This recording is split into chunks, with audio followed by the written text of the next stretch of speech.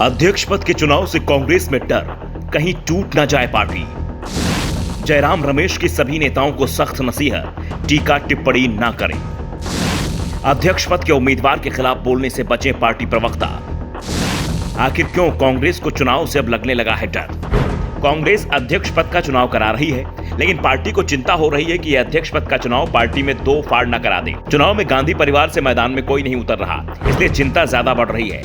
राहुल गांधी चुनाव मैदान में उतरते तो शायद चुनाव निर्विरोधी हो जाता, लेकिन अब चुनाव पूरी तरह से खुला हुआ है। वैसे दावा किया जा रहा है कि अशोक गहलोत को पार्टी हाईकमान का समर्थन मिला हुआ है, इसलिए उनका चुनाव जीतना तय माना जा रहा है, लेकिन उन्हें चुनौती देने की तैयारी भी हो रही है। शशि थरूर तो साफ कर चुके हैं कि उन्हें चुनाव लड़ने की इजाजत सोनिया गांधी से मिल चुकी है, इसलिए वो मैदान में उतर रहे हैं। नाम भूपेंद्र सिंह हुड्डा और मनीष तिवारी का भी चल रहा है कि वो भी चुनाव लड़ सकते हैं, लेकिन अभी तक पत्ते किसी ने नहीं खोले हैं। सिर्फ अशोक गहलोत ने खुलकर कहा है कि वो चुनाव लड़ रहे हैं। फिलहाल नामांकन अभी तक किसी ने नहीं भरा है। दावे तो यहाँ तक हो रहे हैं कि अंतिम समय पर कोई बड़ा उलटफेर भी हो सकता है। इस बीच पार्टी के अंदर की गुटबाजी भी खुलकर सामने आने लगी है। चुनाव लड़ने की योजना बना रहे नेताओं पर पार्टी के अंदर ही हमले शुरू हो गए हैं। गहलोत के अध्यक्ष बनने की संभावना देखते हुए कांग्रेस के प्रवक्ता गौरव वल्लभ ने टीवी चैनल पर शशि थरूर को ही निशाने पर ले लिया। उन्होंने राजस्थान के मुख्यमंत्री अशोक गहलोत को पार्टी चीफ के लिए शशि थरूर की तुलना में बेहतर उम्मीदवार तक बता दिया और अपने समर्थन का संकेत भी दे दिया। उन्होंने कहा कि गहलोत के पास पूर्व केंद्रीय मंत्री के स्वरूप में अनुभव है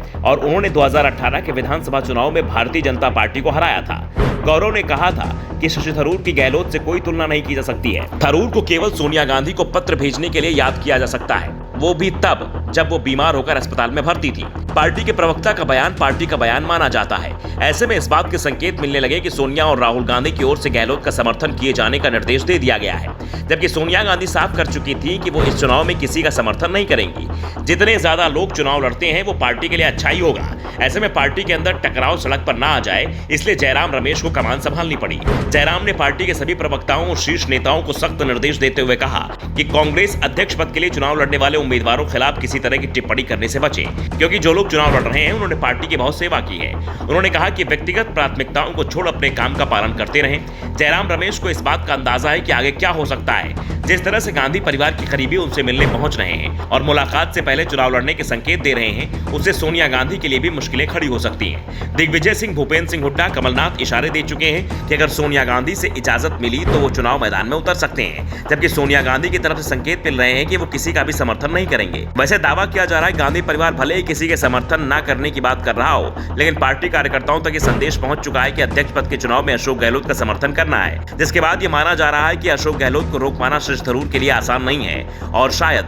इन्हीं संकेतों के चलते गौरव वल्लभ ने शशि थरूर पर टिप्पणी की थी। Bureau report, the Navdarpan news.